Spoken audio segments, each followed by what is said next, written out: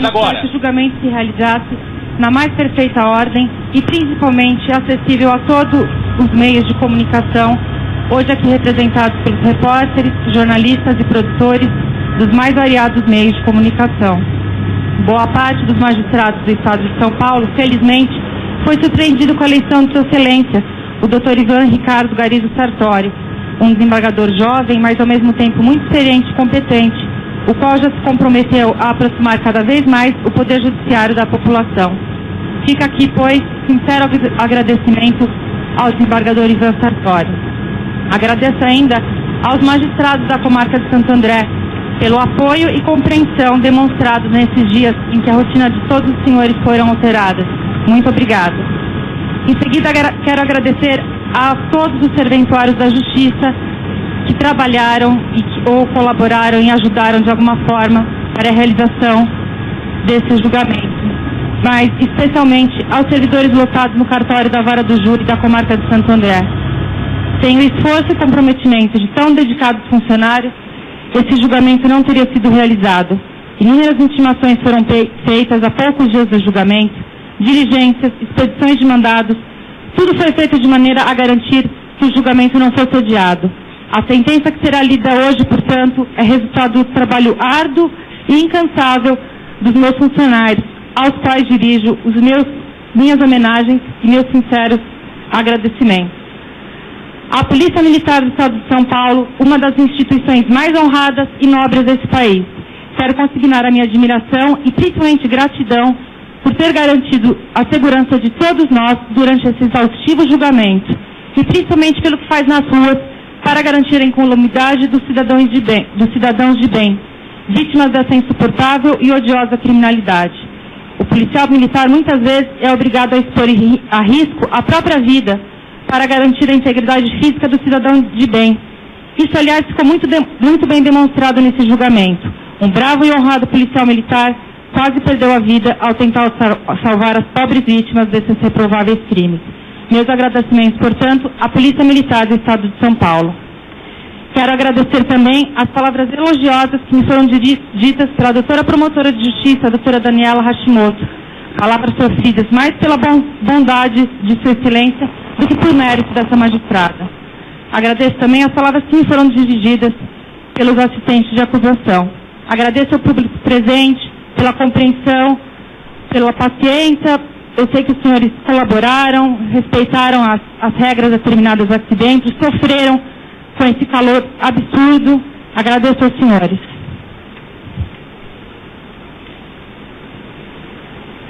Agradeço, outro sim, a todos os repórteres, jornalistas, produtores e demais profissionais da imprensa que estiveram presentes do começo dos trabalhos ao final, durante esses desgastantes 4 dias de julgamento. Vocês da imprensa têm papel fundamental para a garantia da democracia, da liberdade de expressão e, consequentemente, do Estado democrático de direito.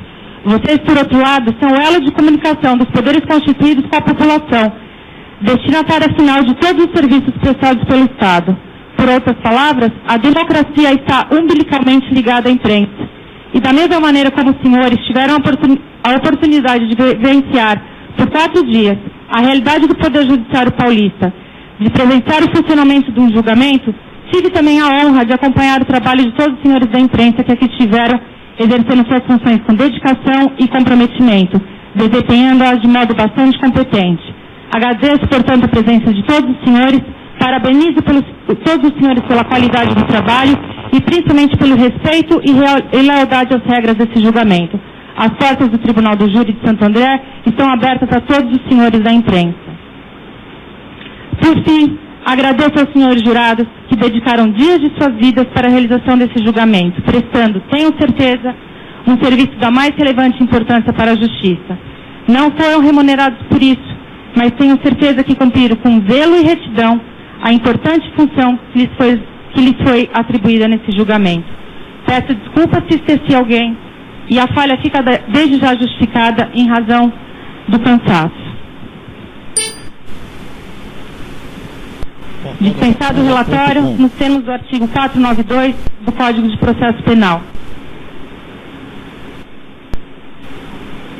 A juíza vai pronunciar submetido a julgamento nessa data, o polêmico Conselho de Sentença reconheceu que o réu Lindenberg Alves Fernandes praticou o crime de homicídio qualificado pelo motivo torpe e recurso que dificultou a defesa da vítima Eloá Cristina Pimentel da Silva.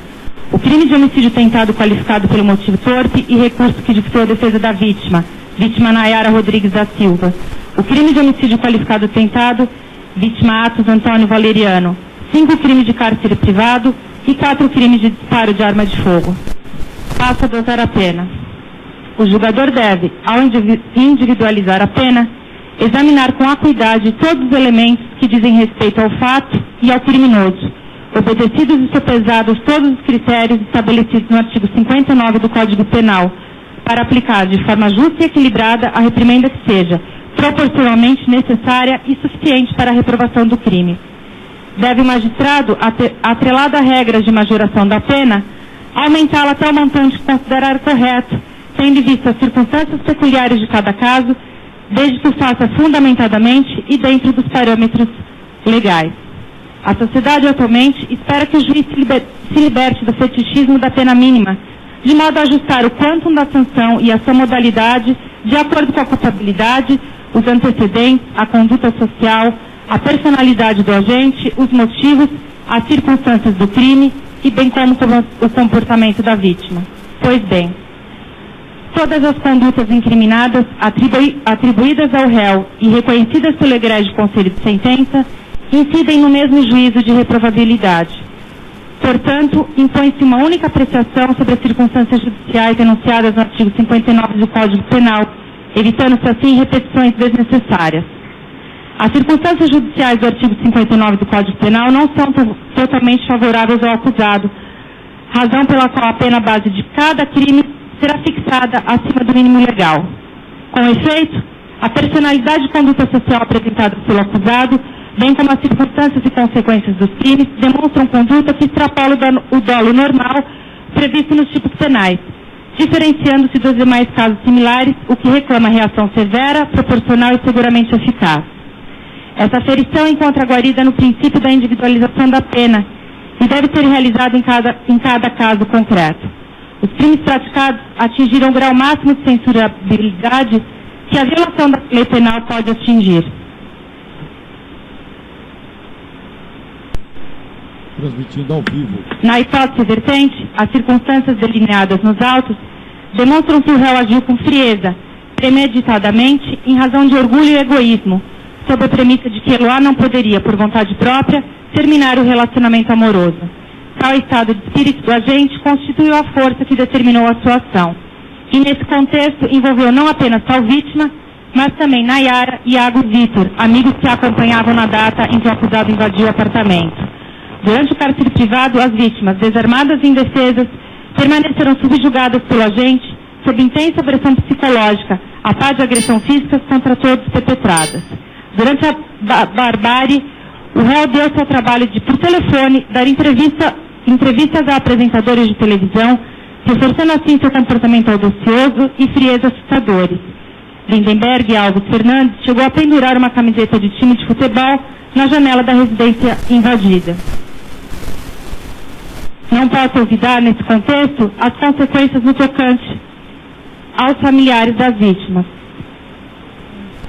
Durante o cárcere privado, a angústia dos familiares, mormente de Eloá e Nayara, que por mais tempo permaneceram subjugadas pelo réu, que demonstrava constante oscilação emocional, agressividade, atingiu patamar insuportável diante da iminência de morte, tendo por ápice os disparos que foram a causa da morte de Eloá e das lesões sofridas por Nayara. E depois dos fatos, as vítimas Nayara, Vitor e Iago sofreram alterações nas atividades rotineiras, além de terem de submeter a tratamentos psicológicos e psiquiátricos. Ainda, além de eliminar a vida de uma jovem de 15 anos de idade e de quase matar Nayara e o bravo policial militar Atos Antônio Valeriano, o réu causou enorme transtorno para a comunidade e para o próprio Estado, que mobilizou o grande aparato policial para tentar demovê-lo de sua bárbara e cruel intenção criminosa. Os crimes tiveram enorme repercussão social e causaram grande comoção na população, estarrecida pelos dias de horror e pânico que o réu propiciou às indefesas vítimas. Em suma, a culpabilidade, a personalidade do réu seus egoísticos e abjetos motivos, as circunstâncias e nefastas consequências do crime, impõe a essa julgadora, para a correta reprovação e prevenção de outros crimes, a fixação da pena, na primeira fase de aplicação, em seu patamar máximo, combinada para cada delito.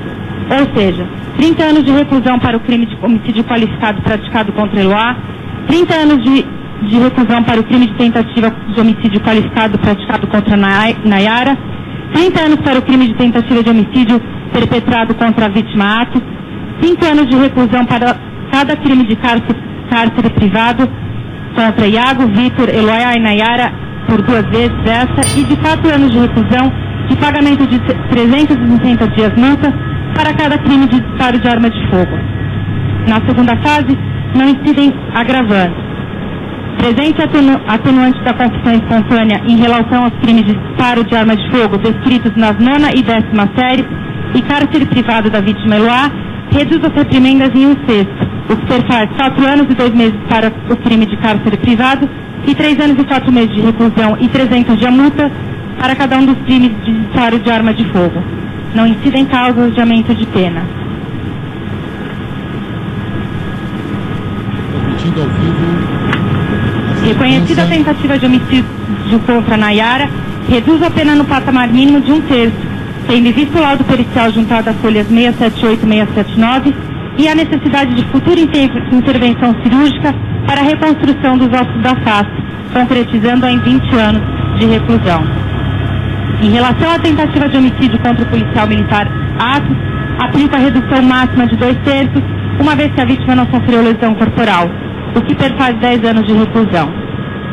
Os crimes serão praticados nos moldes do artigo 69 do Código Penal, constatado que o réu agiu com desígnios autônomos, almejando dolosamente a produção de todos os resultados, voltados individual e autonomamente contra cada vítima, afasta-se qualquer das figuras aglutinadoras das penas, artigo 70 e 71 do Código Penal, e reconhecendo-se o concurso material de crimes previsto no artigo 69 do Código Penal. Somadas, as penas totalizam 98 anos e 10 meses de reclusão e pagamento de 1.320 dias multa, o unitário no mínimo legal.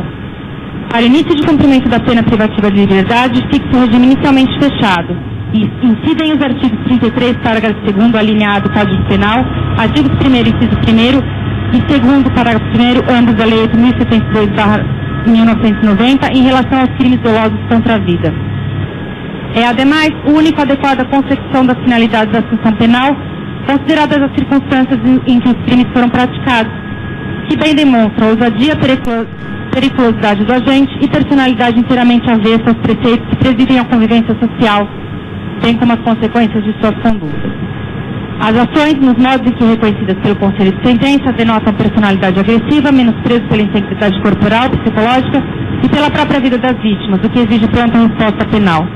Como fundamento, na primeira etapa da dosimetria da pena, as circunstâncias judiciais são totalmente desfavoráveis ao réu. Parágrafo 3º do artigo 33 do Código Penal.